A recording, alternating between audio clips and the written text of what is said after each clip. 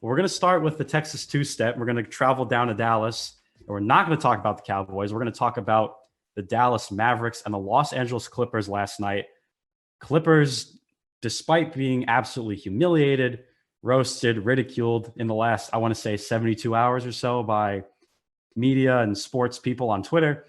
Yep. Get a victory over the Dallas Mavericks, 118-108. Kawhi Leonard, 36 points on 13 of 17 shooting, going 8 for 9 in the first half. So turning into a super scoring humanoid. And Paul George, who we've given a lot of flack for being way off P, pandemic P, C3PO, Star Wars, bring them all. He had 29 last night. And the Clippers finally getting some help from their supporting cast, with Reggie Jackson grabbing 16 points. Marcus Morris, the former one-time Knick, 15 points, hitting 3 threes down the stretch. Now, guys, Jack, I'm going to start with you. The Los Angeles Clippers, who people make fun of for being this widely flawed team outside of their 2 stars. And everyone's saying, oh, they're going to get swept in the first round. And like Luka Doncic, he owns the team now. They stole a game in Dallas. Now, that's hard to do to an home team when they've got all the momentum riding on them. Do you think the Clippers are going to come back in this series and win it? Do you think Kawhi is going to just say, screw it, I'll do it by myself if I have to? Can the Clippers come back? Here's what I'll say first. Before the show started, I mentioned to our producer, Alex Wolves, that even if they were down 3-0, my money's still on Los Angeles. And he agreed with me. I think that I think you'd agree with me that they should be the better team. I think they will win this series. I think we saw last night that, just what Kawhi Leonard is capable of. And when you've got guys like Morris chipping in, you've got the BC alum, Reggie Jackson, and even a guy with the basketball IQ of Rajon Rondo playing well, chipping in with 8 assists. Plus 22 last night, if I can interject. That's Rondo. No, I mean, I love him. He's one of my favorite players in the league, and I think he's going to be really important to them if they want to make a deep playoff run. I think they're capable of getting to that Western Conference Finals. I think they'll, ultimately have to go through the other team in town, the Lakers. But if they're able to make it that far, I think that Kawhi says, let's run it back another year, at least another year. But if they get bounced this round, next round, they're definitely going to be, in my opinion, some rumblings of him, talking to other teams. And Jack, I want to just kind of talk about the free agency thing a little bit before we get to the Mavericks, because looking at the Clippers situation here on my paper, Kawhi's got a $34 million player option. He can choose to decline or accept this coming summer. Paul George is on the books for 3 more years, and he's going to be getting north of $40 million. Mm-hmm.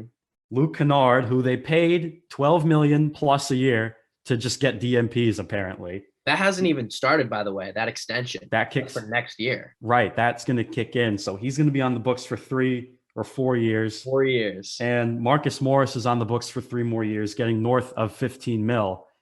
And I'm going to open this to both of you because I feel that the Clippers deprived themselves of making any, I guess, futuristic moves with just throwing money pretty much at these players. Some of them overpaid. Some of them, you could argue, maybe slightly underpaid if you want to go that far. But is it possible if the Clippers needed to really shake the team up, could they just throw out something to just say, hey, take this, give us A, B, and C? I don't know. What team in the NBA is going to take this money from these players that they have to pay them? I don't know. Like, is there enough leverage if they really have to shake the team up where they can do that? Or are they going to have to utilize just who's available that's going to get cut? Man, I think first of all with the Clippers, I don't know if you guys notice, you were recapping that win. Little smirk went on my face. I have to open up the conversation and say that I'm a Kawhi Leonard fan. So Nick fan, but Kawhi Leonard appreciator, respecter. That was Kawhikel last night, as I like to call him. Kawhikel. Kawhi Jordan, as I lovingly call him, I don't want because to hear that ever. again. that's who was on the court last night.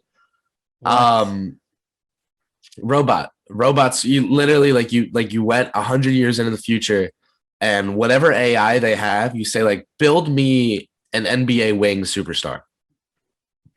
You'd get Kawhi Leonard. It's nuts that he's gotten the amount of disrespect he has. And I get it because of, load management and everything, playoff P. It's the Clippers. Like, they're going to come in every year. And it's like, oh, are the Clippers going to blow it?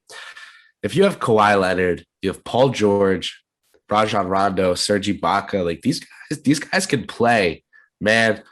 Doc Rivers, it's an amazing quote. They ask him, how he thinks the Clippers will fare with Ty Lue. His response, Ty Lue is right next to me on the bench, man. It's going to be the same thing. And what are we seeing? They got Rondo and they got Ibaka. Ibaka lets them shoot more threes. Batum lets them shoot more threes. So they've been one of the best three-point shooting teams in the league. That was great management. Kennard deal, Morris deal, questionable. They're on the team. They contribute. They have guys. Regardless of how they got there, you can't look at money. They have guys. They have a lot of guys. It's like this Atlanta Hawks team that the Knicks are up against, but on steroids. Because to have a lead guy who can play on both ends of the court, and then to have a second guy who can play on both ends of the court, this is a whole different beast of playoff team. They're in the Western Conference. They're going to be up against LeBron every year. I think you have to look into making a shakeup. I also think you have to look into making it work with Kawhi and PG. I know Kawhi, there were rumblings that there were certain other stars he tried to get. The name that made it out was Jimmy Butler. He tried to get Jimmy before he tried to get George. The name that I heard that hasn't made it out was James Harden. He went for Harden before either Butler or George. Houston laughed him off the phone. So they went to Butler. Miami laughed him off the phone. Option 3, playoff P. Finally, they got a deal going. This team wasn't put together how people thought it was. People thought this was this Steve Ballmer showing up with his money and just buying a contender. This team was strategically built regardless. It's a playoff team, and I think they have a chance against Dallas in this series. I think if they make it past Dallas, I think they have a chance to go as deep as the Western Conference Finals or the Finals.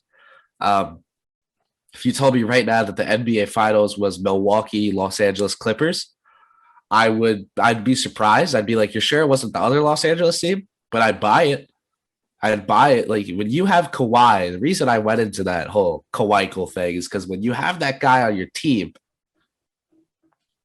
you have to go all in.